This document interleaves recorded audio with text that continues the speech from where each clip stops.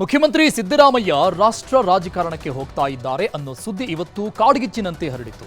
ಇದಕ್ಕೆ ಪುಷ್ಟಿ ಕೊಟ್ಟಿತ್ತು ಎಐಸಿಸಿ ಒಬಿಸಿ ರಾಷ್ಟ್ರೀಯ ಸಲಹಾ ಮಂಡಳಿಗೆ ಸಿದ್ದರಾಮಯ್ಯ ಅವರನ್ನ ಅಧ್ಯಕ್ಷರನ್ನಾಗಿ ಮಾಡಿದ್ದಾರೆ ಅನ್ನೋ ಸುದ್ದಿ. ಯಾವಾಗ ಈ ವಿಷಯ ಚರ್ಚೆ ಆಯಿತೋ ಬಿಜೆಪಿ ನಾಯಕರು ಸಿದ್ದರಾಮಯ್ಯ ಕುರ್ಚಿಯಿಂದ ಕೆಳಗಿಳಿತಾರೆ ಅಂದ್ರು. ಕೊನೆಗೆ ವಿವಾದಕ್ಕೆಲ್ಲ ಮುಖ್ಯಮಂತ್ರಿಗಳೇ ಸ್ಪಷ್ಟನೆ ಕೊಟ್ಟು ವಿವಾದಕ್ಕೂ ತೆರೆ ಎಳೆದ್ರು. ಅಷ್ಟಕ್ಕೂ ಏನಿದು ಸಿಎಂ ಸುತ್ತ ಎದ್ದಿದ್ದ ವಿವಾದ ಅನ್ನೋದನ್ನ ತೋರಿಸ್ತೀವಿ ನೋಡಿ.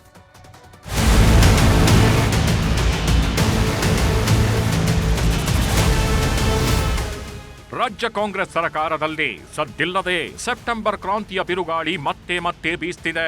ಮೊನ್ನೆಯಷ್ಟೇ ಅಂತೆ ಕಂತೆಗಳಿಗೆ ತೆರೆ ಬಿದ್ದಿದ್ದ ಕುರ್ಚಿ ಕಿತ್ತಾಟಕ್ಕೆ ಮತ್ತೆ ರೆಕ್ಕೆ ಪುಕ್ಕಗಳು ಬಂದಿವೆ.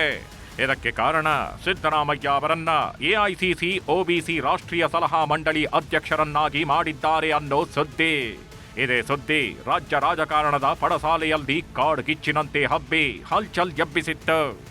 ಸೆಪ್ಟೆಂಬರ್ ಕ್ರಾಂತಿಗೆ ಇದೇ ಮುನ್ನುಡಿ ಬರೆಯತ್ತೆ ಅಂತ ಚರ್ಚೆ ಹುಟ್ಟುಹಾಕಿತ್ತು.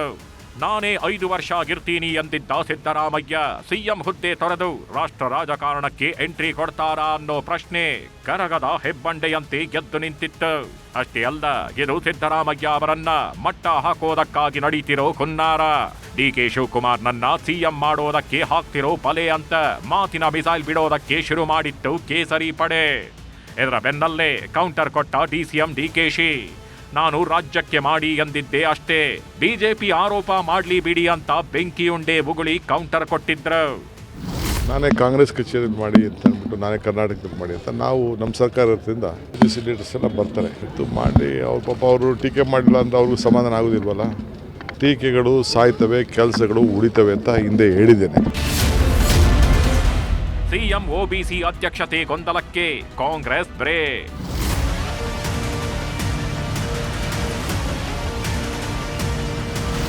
ಸಿಎಂ ಸಿದ್ದರಾಮಯ್ಯ ಕಾಂಗ್ರೆಸ್ ಒಬಿಸಿ ಘಟಕಕ್ಕೆ ಅಧ್ಯಕ್ಷರಾಗಿದ್ದಾರೆ ಅನ್ನೋ ಸುದ್ದಿ ಶರವೇಗದಲ್ಲಿ ಹತ್ತು. ಸ್ವತಃ ಕಾಂಗ್ರೆಸ್ ಸ್ಪಷ್ಟನೆ ಕೊಟ್ಟಿದೆ. ಎಐಸಿಸಿಯ ಹಿಂದುಳಿದ ವರ್ಗಗಳ ಸಲಹಾ ಮಂಡಳಿ ಸದಸ್ಯರಾಗಿ ಸಿಎಂ ರನ್ನ ನೇಮಕ ಮಾಡಲಾಗಿದೆ. ಮಂಡಳಿಯ ಅಧ್ಯಕ್ಷರಾಗಿ ನೇಮಕ ಮಾಡಿಲ್ಲ ಅಂತ ಎಲ್ಲಾ ಗೊಂದಲಕ್ಕೆ ತೆರೆ ಎಳೆದಿದೆ. ಹಿಂದುಳಿದ ವರ್ಗಗಳ ರಾಷ್ಟ್ರೀಯ ಸಲಹಾ ಮಂಡಳಿಯ ಚಟುವಟಿಕೆಗಳನ್ನ ಕರ್ನಾಟಕದಿಂದಲೇ ಆರಂಭಿಸಲು ಎಐಸಿಸಿ ಮುಂದಾಗಿದೆ. ಜುಲೈ 15ರಂದು ಬೆಂಗಳೂರಿನ ಕ್ವೀನ್ಸ್ ರಸ್ತೆಯಲ್ಲಿರುವ ಕೆಪಿಸಿಸಿ ಕಚೇರಿ ಆವರಣದಲ್ಲಿನ ಭಾರತ್ ಜೋಡೋ ಭವನದಲ್ಲಿ ಮೊದಲ ಸಭೆ ನಡೆಯಲಿದೆ. ಇದರ ಅಧ್ಯಕ್ಷತೆಯನ್ನ ಎಐಸಿಸಿ ಹಿಂದುಳಿದ ವರ್ಗಗಳ ವಿಭಾಗದ ಅಧ್ಯಕ್ಷರಾದ ಡಾಕ್ಟರ್ ಅನಿಲ್ ಜೈಹಿಂದ್ ವಹಿಸಲಿದ್ದಾರೆ. ಇದರಲ್ಲಿ ವಿವಿಧ ರಾಜ್ಯಗಳ ಪಕ್ಷದ ಮಾಜಿ ಸಿಎಂಗಳು, ಹಾಲಿ ಮತ್ತು ಮಾಜಿ ಸಂಸದರು, ಶಾಸಕರು ಸೇರಿದಂತೆ 50 ಮಂದಿ ಭಾಗವಹಿಸಲಿದ್ದು, ಸಭೆಯ ಆತಿಥ್ಯ ಮಾತ್ರ ಸಿಎಂ ಸಿದ್ದರಾಮಯ್ಯ ವಹಿಸಿಕೊಳ್ಳಲಿದ್ದಾರೆ ಅಂತ ಗೊಂದಲಕ್ಕೆ ತೆರೆ ಎಳೆದಿದ್ದಾರೆ. ಅಷ್ಟೇ ಅಲ್ಲ, ಈ ಬಗ್ಗೆ ಎಕ್ಸ್ನಲ್ಲಿ ಸಿಎಂ ಸಿದ್ದರಾಮಯ್ಯ ಕೂಡ ಸ್ಪಷ್ಟನೆ ಕೊಟ್ಟಿದ್ದಾರೆ. ಎಐಸಿಸಿ ಹಿಂದುಳಿದ ವರ್ಗಗಳ ಸಲಹಾ ಮಂಡಳಿಯ ಸದಸ್ಯರಾಗಿ ನನ್ನನ್ನು ನೇಮಕ ಮಾಡಲಾಗಿದೆ. ಇದನ್ನು ತಪ್ಪಾಗಿ ಅರ್ಥೈಸಿ ಮಂಡಳಿಯ ಅಧ್ಯಕ್ಷರಾಗಿ ನನ್ನ ನೇಮಕ ಮಾಡಲಾಗಿದೆ ಎಂದು ವರದಿ ಮಾಡಿವೆ. ಇದು ತಪ್ಪು ಮಾಹಿತಿಯಾಗಿದೆ. ಸಲಹಾ ಮಂಡಳಿ ಸಭೆ ಎಐಸಿಸಿ ಹಿಂದುಳಿದ ವರ್ಗಗಳ ವಿಭಾಗದ ಅಧ್ಯಕ್ಷರಾದ ಡಾಕ್ಟರ್ ಅನಿಲ್ ಜೈಹಿಂದ್ ಅವರ ಅಧ್ಯಕ್ಷತೆಯಲ್ಲಿ ಜುಲೈ 15ರಂದು ಬೆಂಗಳೂರಿನ ಕೆಪಿಸಿಸಿ ಕಚೇರಿಯ ಭಾರತ್ ಜೋಡೋ ಭವನದಲ್ಲಿ ನಡೆಯಲಿದೆ. ವಿವಿಧ ರಾಜ್ಯಗಳ ಕಾಂಗ್ರೆಸ್ ಪಕ್ಷದ ಮಾಜಿ ಮುಖ್ಯಮಂತ್ರಿಗಳು, ಹಾಲಿ ಮತ್ತು ಮಾಜಿ ಸಂಸದರು, ಶಾಸಕರು ಸೇರಿದಂತೆ 50 ಮಂದಿ ಭಾಗವಹಿಸುವ ಈ ಸಭೆಯ ಆತಿಥ್ಯವನ್ನು ನಾನು ವಹಿಸಿಕೊಂಡಿದ್ದೇನೆ.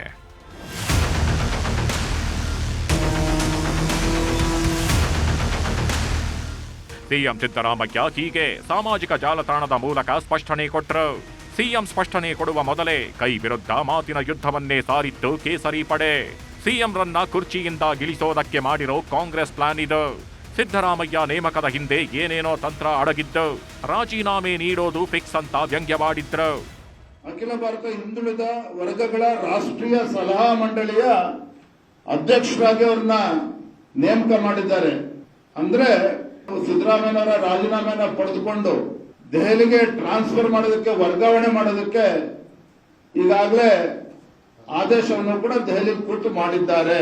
ಮುಖ್ಯಮಂತ್ರಿಗಳ ಸಿದ್ದರಾಮಯ್ಯನವರ ಸ್ಥಾನ ಪಲ್ಲಟ ಆಗ್ತಕ್ಕಂಥದ್ದು ನಿಶ್ಚಿತ. ಅದನ್ನು ಯಾರು ಕೂಡ ತಡೆಯೋದಕ್ಕೆ ಸಾಧ್ಯ ಇಲ್ಲ.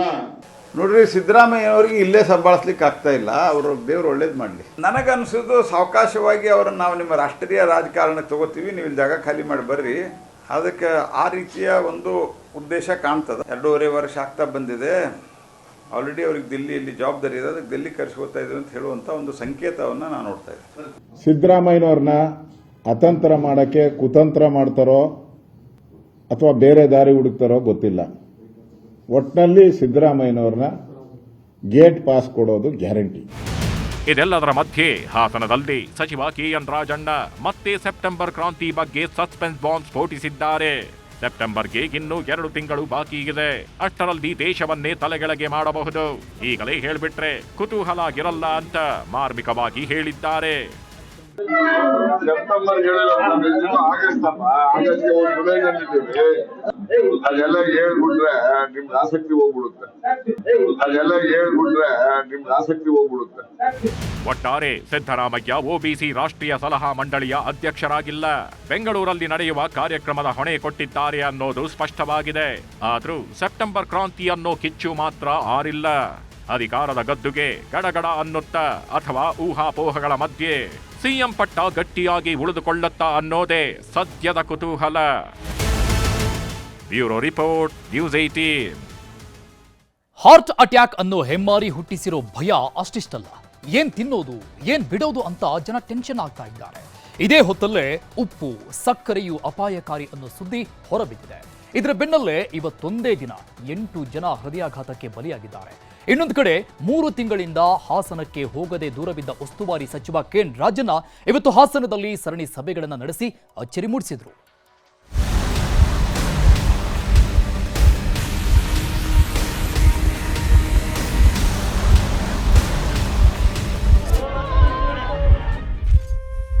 ಹೃದಯಾಘಾತ ಅನ್ನೋ ಹೆಮ್ಮಾರಿಗೆ ಇಡೀ ಕರುನಾಡೆ ಬೆಚ್ಚಿ ಬಿದ್ದಿದೆ.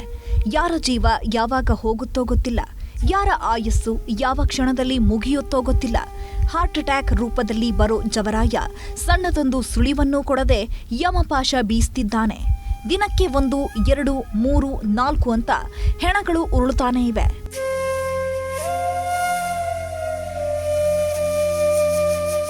ವೈದ್ಯರಿಗೂ ಜೀವ ಉಳಿಸಿಕೊಳ್ಳೋದಕ್ಕೆ ಆಗ್ತಿಲ್ಲ. ಪ್ರಾಣ ಉಳಿಸಿಕೊಳ್ಳೋದಕ್ಕೆ ಏನ್ ಸರ್ಕಸ್ ಮಾಡಿದ್ರೂ ಸಾಧ್ಯವಾಗ್ತಿಲ್ಲ. ಹೀಗಾಗಿಯೇ ಇಡೀ ಕರುನಾಡಲ್ಲಿ ಹಾರ್ಟ್ ಅಟ್ಯಾಕ್ ಕಾರ್ಮೋಡ ಆವರಿಸಿದೆ. ಹೃದಯಾಘಾತಕ್ಕೆ ಜೀವನ ಶೈಲಿ ಹಾಗೂ ಆಹಾರ ಪದ್ಧತಿಯೇ ಪ್ರಮುಖ ಕಾರಣ. ಜಂಕ್ ಫುಡ್ ಅಂತ ಹೋದ್ರೆ ಜೀವಕ್ಕೆ ಕುತ್ತು ಬರೋದು ಗ್ಯಾರಂಟಿ. ಜನರಿಗೆ ಏನ್ ತಿನ್ನೋದು ಏನ್ ಬಿಡೋದು ಅನ್ನೋ ಟೆನ್ಷನ್ ಶುರುವಾಗಿದೆ. ಇಂಥ ಹೊತ್ತಲ್ಲೇ ಮತ್ತೊಂದು ಆಘಾತಕಾರಿ ಅಂಶ ಬಯಲಾಗಿದೆ. ಹೃದಯಾಘಾತಕ್ಕೆ ಅತಿಯಾದ ಉಪ್ಪು ಹಾಗೂ ಸಕ್ಕರೆನೂ ಕಾರಣನಾ ಅನ್ನೋ ಅನುಮಾನ ಶುರುವಾಗಿದೆ. ಅತಿಯಾದ ಉಪ್ಪು ಸಕ್ಕರೆಯಿಂದ ಜೀವಕ್ಕೆ ಕುತ್ತು. ತಜ್ಞ ವೈದ್ಯರ ವರದಿಯಲ್ಲಿ ಬಯಲಾಯಿತು ಕರಾಳ ಸತ್ಯ.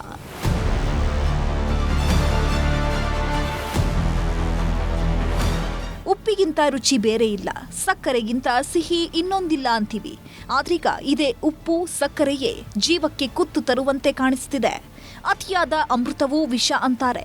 ಅದರಂತೆಯೇ ಉಪ್ಪು ಹಾಗೂ ಸಕ್ಕರೆ ಬಳಕೆಯೂ ಅತಿಯಾದ್ರೆ ಹೃದಯಾಘಾತಕ್ಕೆ ಕಾರಣವಾಗುತ್ತೆ ಅಂತ ವೈದ್ಯರು ವರದಿ ನೀಡಿದ್ದಾರೆ.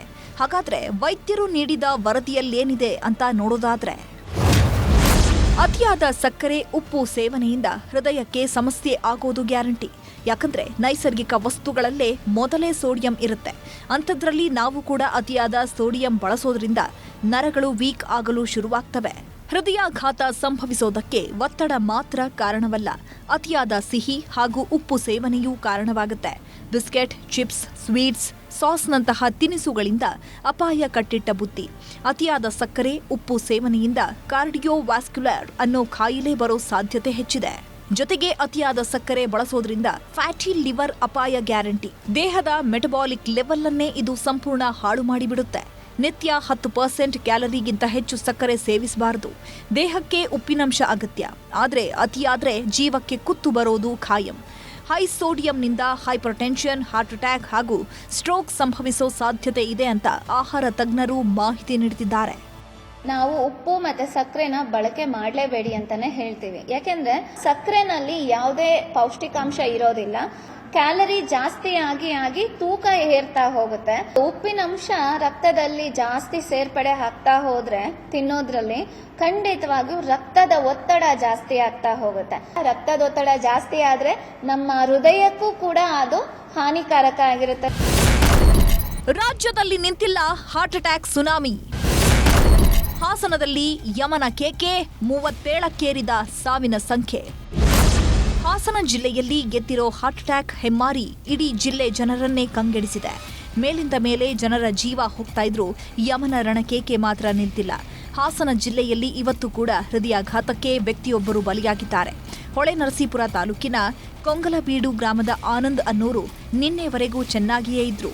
ರಾತ್ರಿ ಊಟ ಮಾಡಿ ಮಲಗಿದವರಿಗೆ ರಾತ್ರಿ 4 ಗಂಟೆ ಸುಮಾರಿಗೆ ಎದೆ ನೋವು ಕಾಣಿಸಿಕೊಂಡಿದೆ.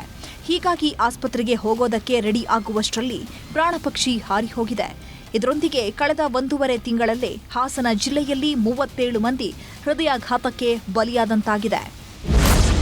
ಹಾಸನದಲ್ಲಿ ಮೇಲಿಂದ ಮೇಲೆ ಹೃದಯಾಘಾತ ಸಂಭವಿಸ್ತಾ ಇರೋದ್ರಿಂದ ಉಸ್ತುವಾರಿ ಸಚಿವ ರಾಜಣ್ಣ ಆರೋಗ್ಯಾಧಿಕಾರಿಗಳ ಜೊತೆ ಮಹತ್ವದ ಸಭೆ ನಡೆಸಿದ್ರು. ಈ ವೇಳೆ ಮಾತನಾಡಿದ ರಾಜಣ್ಣ, ಯುವ ವಯಸ್ಸಿನವರು ಸಾವಿಗೀಡಾಗ್ತಿರೋದು ಬೇಜಾರಿನ ಸಂಗತಿ. ಸರ್ಕಾರ ಕೂಡ ಈ ಬಗ್ಗೆ ಮುಂಜಾಗ್ರತಾ ಕ್ರಮ ಕೈಗೊಳ್ಳುತ್ತಿದೆ. ಶಾಲಾ ಮಕ್ಕಳಿಗೆ ತಪಾಸಣೆ ನಡೆಸಲು ಸೂಚನೆ ನೀಡಿದ್ದೇನೆ ಅಂದ್ರು. ಹಾಸನ ಜಿಲ್ಲೆನಲ್ಲಿ ನಾವು ಈಗಾಗಲೇ ಮಕ್ಕಳಿಗೆ ತಪಾಸಣೆ ಮಾಡಿಸ್ತಕ್ಕಂಥದ್ದು ಕಡ್ಡಾಯ ಮಾಡಿ ಒಂದು 15 ದಿವಸದಲ್ಲಿ ನಮ್ಮ ಜಿಲ್ಲೆಯಲ್ಲಿ ಇರ್ತಕ್ಕಂಥ ಪ್ರೈಮರಿ ಶಾಲೆಯಿಂದ ಹಿಡಿದು ಹೈಸ್ಕೂಲ್ ವರೆಗೆ ಎಲ್ಲ ಮಕ್ಕಳಿಗೂ ಕೂಡ ಕಡ್ಡಾಯವಾಗಿ ತಪಾಸಣೆ ಮಾಡಿಸೋ ಜೊತೆಗೆ ವಿಶೇಷವಾಗಿ ಕಾರ್ಡಿಯಾಲಜಿ ಅವರು ಕೂಡ ಅದನ್ನ ಒಂದು ಸೇರಿಸಿ ಮಾಡೋ ರೀತಿ ಮಾಡಬೇಕು ಅಂತ ಹೇಳಿ ಈಗಾಗಲೇ ತೀರ್ಮಾನ ಮಾಡಿದ್ವಿ. ಹಾಸನ ಮಾತ್ರವಲ್ಲ, ಚಿಕ್ಕಮಗಳೂರು ಜಿಲ್ಲೆಯಲ್ಲೂ ಹೃದಯಾಘಾತ ಪ್ರಕರಣಗಳು ಹೆಚ್ಚಾಗ್ತಿವೆ. ಇವತ್ತು ಒಂದೇ ದಿನ 2 ಹೃದಯಾಘಾತಕ್ಕೆ ಬಲಿಯಾಗಿದ್ದಾರೆ. ಮೂಡಿಗೆರೆ ತಾಲೂಕಿನ ಬೆಳಗೋಡು ಗ್ರಾಮದ ಮೀನಾಕ್ಷಿ ಅನ್ನೋರು ತೀವ್ರ ಜ್ವರದಿಂದ ಬಳಲ್ತಾ ಇದ್ರು. ಹೀಗಾಗಿ ಸರ್ಕಾರಿ ಆಸ್ಪತ್ರೆಗೆ ಕರ್ಕೊಂಡು ಹೋಗ್ತಿರುವಾಗಲೇ ದಾರಿ ಮಧ್ಯದಲ್ಲೇ ಹೃದಯಾಘಾತಕ್ಕೆ ಕೊನೆಯುಸಿರೆಳೆದಿದ್ದಾರೆ. ಇನ್ನು ಬಿ ಹೊಸಳ್ಳಿ ಗ್ರಾಮದ 75 ವರ್ಷದ ಸುಮಿತ್ರೇಗೌಡ ಅನ್ನೋರು ಸಹ ಮನೆಯಲ್ಲೇ ಕುಸಿದು ಬಿದ್ದು ಪ್ರಾಣ ಬಿಟ್ಟಿದ್ದಾರೆ. ಪಶ್ಚಿಮ ಬಂಗಾಳದಲ್ಲಿ ಕಾರ್ಯನಿರ್ವಹಿಸುತ್ತಿದ್ದ ಗೌರಿಬಿದನೂರು ತಾಲೂಕಿನ ತೊಂಡೇಬಾವಿ ಗ್ರಾಮದ ಯೋಧ ಗಂಗಾಧರಪ್ಪ ಹೃದಯಾಘಾತದಿಂದ ಪ್ರಾಣ ಬಿಟ್ಟಿದ್ದಾರೆ. 30 ವರ್ಷಗಳಿಂದ ಐಟಿಬಿಪಿ ಯೋಧನಾಗಿ ಸೇವೆ ಸಲ್ಲಿಸುತ್ತಿದ್ದ ಗಂಗಾಧರಪ್ಪ ನಿನ್ನೆ ರಾತ್ರಿ ಮನೆಯವರಿಗೆ ಫೋನ್ ಮಾಡಿದ್ರಂತೆ. ನಂತರ ಮಲಗಿದವರು ಬೆಳಗಾಗೋದ್ರೊಳಗೆ ಉಸಿರು ನಿಲ್ಲಿಸಿದ್ದಾರೆ. ಹೀಗಾಗಿ ವಿಮಾನದ ಮೂಲಕ ಮೃತದೇಹ ತರಲಾಗಿದ್ದು, ಹುಟ್ಟೂರಲ್ಲಿ ಸಕಲ ಸರ್ಕಾರಿ ಗೌರವಗಳೊಂದಿಗೆ ಅಂತ್ಯಕ್ರಿಯೆ ನೆರವೇರಿಸಲಾಯಿತು.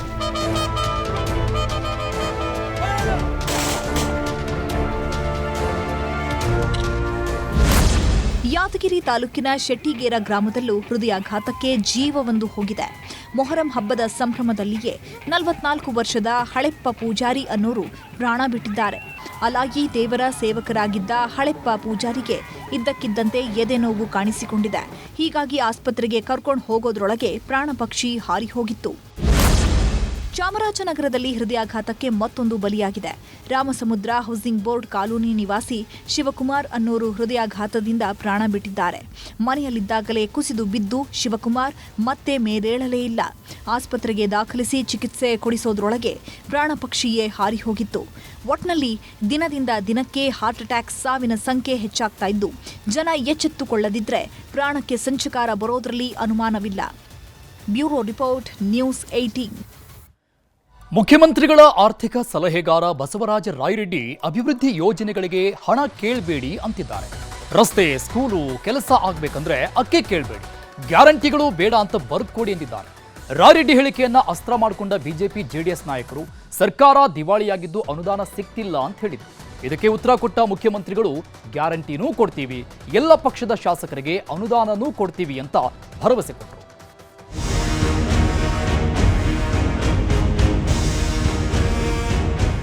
ಸಿದ್ದರಾಮಯ್ಯ ಮತ್ತು ಡಿಕೆ ಶಿವಕುಮಾರ್ ನೇತೃತ್ವದ ಕಾಂಗ್ರೆಸ್ ಸರ್ಕಾರ ಸುಭದ್ರವಾಗಿ ನಿಂತಿರೋದೇ 5 ಗ್ಯಾರಂಟಿ ಯೋಜನೆಗಳಿಂದ.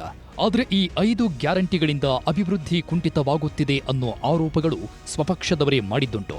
ಇದನ್ನೇ ಮುಂದಿಟ್ಟುಕೊಂಡು ಬಿಜೆಪಿ ಮತ್ತು ಜೆಡಿಎಸ್ ನಾಯಕರು ಸರ್ಕಾರಕ್ಕೆ ಆಗಾಗ ಕ್ಲಾಸ್ ತಗೊಳ್ತಿದ್ರು. ಇತ್ತೀಚೆಗೆ ಇದೆಲ್ಲ ಕಡಿಮೆಯೂ ಆಗಿತ್ತು.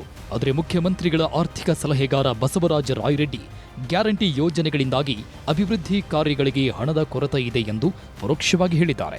ಕೊಪ್ಪಳದಲ್ಲಿ ನಡೆದ ಕಾರ್ಯಕ್ರಮದಲ್ಲಿ ಜನ ರಸ್ತೆ ಬೇಕು, ಶಾಲೆ ಬೇಕು ಅಂತ ಕೇಳಿದ್ರು. ಆಗ ಬಸವರಾಜ ರಾಯರೆಡ್ಡಿ, ನಿಮಗೆ ಅಕ್ಕಿ ಬೇಡ, ಇನ್ನೊಂದು ಬೇಡ ಅಂತ ಬರ್ಕೊಡಿ, ಆ ಹಣದಲ್ಲಿ ರಸ್ತೆ ಅಭಿವೃದ್ಧಿ ಮಾಡೋಣ.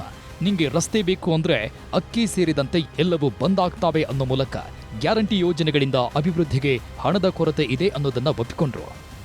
ಅದಕ್ಕೆ ಒಂದೇ ವರ್ಷ ಡಾಂಬರ್ ರೋಡ್ ಆಗ್ಬೇಕು, ಶಾಲೆ ಆಗ್ಬೇಕು, ಅದಕ್ಕೊಮ್ಮೆ ಒಳ್ಳೆ ಆಗೋದಿಲ್ಲ. ಅದಕ್ಕೆ ನೀವೇನು ಮಾಡಬೇಕು, ಫಿಕ್ಸ್ ಮಾಡಿಬಿಡ್ಬೇಕು. ಸರ್ ನಮಗೆ ಇಂಥವು ಕೆಲಸ ಬೇಡ, ನೀವೆಲ್ಲ ಬಂದ್ ಮಾಡಿಬಿಡ್ರಿ. ಇವನ್ನ ಬರೀ ಹಳ್ಳಿ ರಸ್ತೆ ಮಾಡೋದು ಹಳ್ಳಿ ರಸ್ತೆ ಮಾಡ್ತೀವಿ. ಇಲ್ಲದೆ ನಮ್ಗೆ ಬರೀ ಗುಡಿ ಕಟ್ಟಬೇಕು, ನೀವು ಏನೂ ಬೇಡ ಅಂದ್ರೆ ಬರೀ ಗುಡಿನ ಕಟ್ತೀವಿ.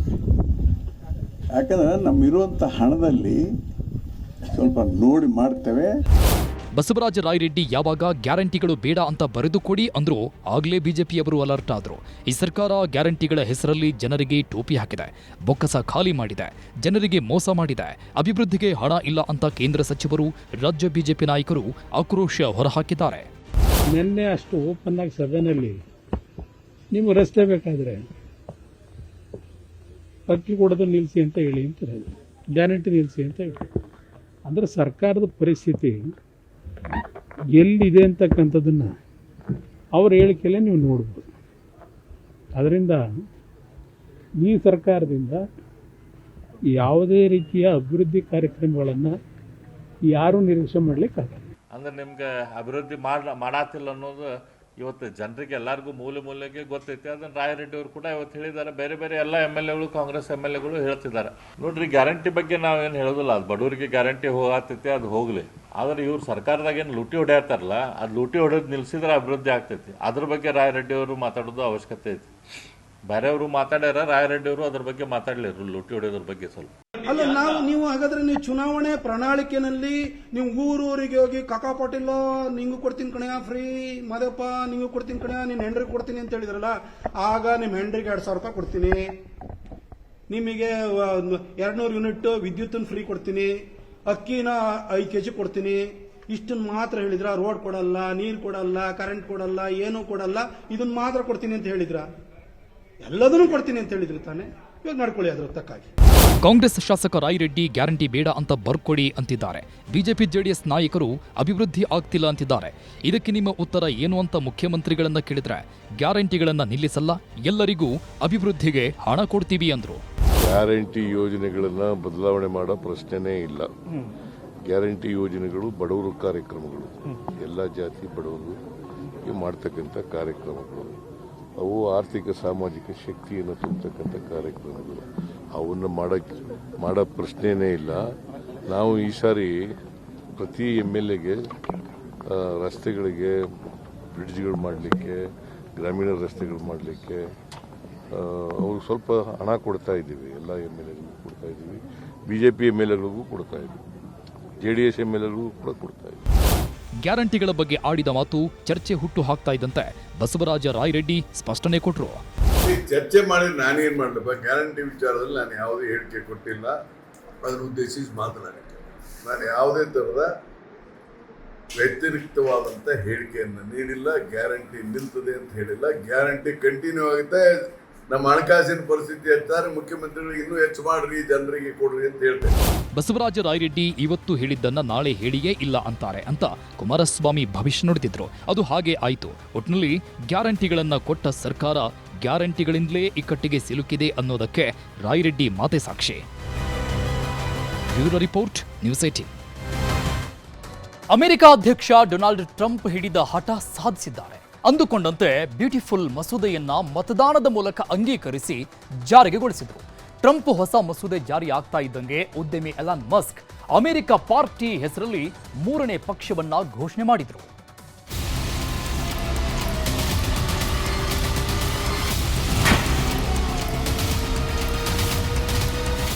ಅಮೆರಿಕ ಅಧ್ಯಕ್ಷ ಡೊನಾಲ್ಡ್ ಟ್ರಂಪ್ 2 ದಿನದ ಹಿಂದಷ್ಟೇ, ಅಂದರೆ ಅಮೆರಿಕದ ಹೊಸ ವರ್ಷಾಚರಣೆ ನಡೆದ ಜುಲೈ 4ರಂದು ಬ್ಯೂಟಿಫುಲ್ ಮಸೂದೆ ಕಾಯ್ದೆ ಜಾರಿಗೆ ಸಹಿ ಹಾಕಿದ್ರು. ಅಮೆರಿಕದ ಪ್ರತಿನಿಧಿಗಳ ಸಭೆಯಲ್ಲಿ ಮಸೂದೆ ಪರ 218, ಮಸೂದೆ ವಿರುದ್ಧ 214 ಮತಗಳು ಬಿದ್ದಿದ್ದು, 4 ಮತಗಳ ಅಂತರದಿಂದ ತೆರಿಗೆ ಮತ್ತು ಖರ್ಚು ಮಸೂದೆಯನ್ನು ಅಂಗೀಕರಿಸಿದೆ. ಇದನ್ನು ಐತಿಹಾಸಿಕ ವಿಜಯ ಅಂತಾನು ಟ್ರಂಪ್ ಬಣ್ಣಿಸಿದ್ರು. ಅಮೆರಿಕಾದಲ್ಲಿ ಬ್ಯೂಟಿಫುಲ್ ಮಸೂದೆ ಅಂಗೀಕೃತ ಆಗ್ತಿದ್ದಂತೆ ಉದ್ಯಮಿ ಎಲಾನ್ ಮಸ್ಕ್ ಅಮೆರಿಕಾದಲ್ಲಿ 3ನೇ ಪಕ್ಷವನ್ನ ಘೋಷಿಸಿದ್ದಾರೆ. ಅಮೆರಿಕ ಪಾರ್ಟಿ ಹೆಸರಲ್ಲಿ ಹೊಸ ಪಕ್ಷ ಘೋಷಿಸಿದ್ದು ಸಾಮಾಜಿಕ ಮಾಧ್ಯಮ ಎಕ್ಸ್ ವೇದಿಕೆಯಲ್ಲಿ ಅಮೆರಿಕನರಿಗೂ ಸಂದೇಶ ಕಳಿಸಿದ್ದಾರೆ. ಹೊಸ ಕಾನೂನು ಮುಂದಿನ 10 ವರ್ಷಗಳಲ್ಲಿ ಅಮೆರಿಕದ ಸಾಲವನ್ನು $3.3 ಟ್ರಿಲಿಯನ್ ಹೆಚ್ಚಿಸಬಹುದು. ದೇಶವನ್ನು ಹಾಳು ಮಾಡುವುದು ಮತ್ತು ಭ್ರಷ್ಟಾಚಾರದ ವಿಷಯಕ್ಕೆ ಬಂದಾಗ ಡೆಮಾಕ್ರಾಟ್ಗಳು ಮತ್ತು ರಿಪಬ್ಲಿಕನರ ನಡುವೆ ಯಾವುದೇ ವ್ಯತ್ಯಾಸವಿಲ್ಲ. ನಾವು ಪ್ರಜಾಪ್ರಭುತ್ವದಲ್ಲಿ ಅಲ್ಲ, ಏಕಪಕ್ಷೀಯ ವ್ಯವಸ್ಥೆಯಲ್ಲಿ ವಾಸಿಸುತ್ತೇವೆ. ಈಗ ನೀವು ನಿಮ್ಮ ಸ್ವಾತಂತ್ರ್ಯವನ್ನ ಮರಳಿ ಪಡೆಯಲು ಅಮೆರಿಕ ಪಕ್ಷವನ್ನ ರಚಿಸಲಾಗಿದೆ. ನೀವು ಹೊಸ ರಾಜಕೀಯ ಪಕ್ಷವನ್ನ ಬಯಸುತ್ತೀರಿ ಮತ್ತು ಅದು ನಿಮಗೆ ಖಂಡಿತ ಸಿಗುತ್ತದೆ. ಹೀಗೆ ಎಲಾನ್ ಮಸ್ಕ್ ಟ್ರಂಪ್ ವಿರುದ್ಧ ಸಿಡಿದೆದ್ದು 3ನೇ ಪಕ್ಷ ಘೋಷಿಸಿದ್ದಾರೆ. ಅಷ್ಟೇ ಅಲ್ಲ, ಎಕ್ಸ್ ಖಾತೆಯಲ್ಲಿ ಅಮೆರಿಕನ್ ಪಾರ್ಟಿ ಕಾಂಗ್ರೆಸ್ ಅನ್ನು ನಾವು ಯಾವಾಗ ಮತ್ತು ಎಲ್ಲಿ ನಡೆಸಬೇಕು ಅನ್ನೋದು ನಿರ್ಧಾರವಾಗಿದೆ. ಆ ಕಾರ್ಯಕ್ರಮ ತುಂಬಾ ಮಜವಾಗಿರುತ್ತೆ ಅಂತಾನೂ ಪೋಸ್ಟ್ ಹಾಕಿದ್ದಾರೆ. ಎಲಾನ್ ಮಸ್ಕ್ ಹೊಸ ಪಕ್ಷ 2026ರಲ್ಲಿ ನಡೆಯಲಿರುವ ಮಧ್ಯಂತರ ಚುನಾವಣೆಗಳಲ್ಲಿ ಸ್ಪರ್ಧೆಗೆ ಸಜ್ಜಾಗ್ತಿದೆ. ಆದರೆ ಅಮೆರಿಕ ಪಾರ್ಟಿ ಚುನಾವಣೆಯ ಮೇಲೆ ಎಷ್ಟು ಪರಿಣಾಮ ಬೀರುತ್ತದೆ ಎಂಬುದು ಸ್ಪಷ್ಟವಾಗಿಲ್ಲ. Bureau report, news 18.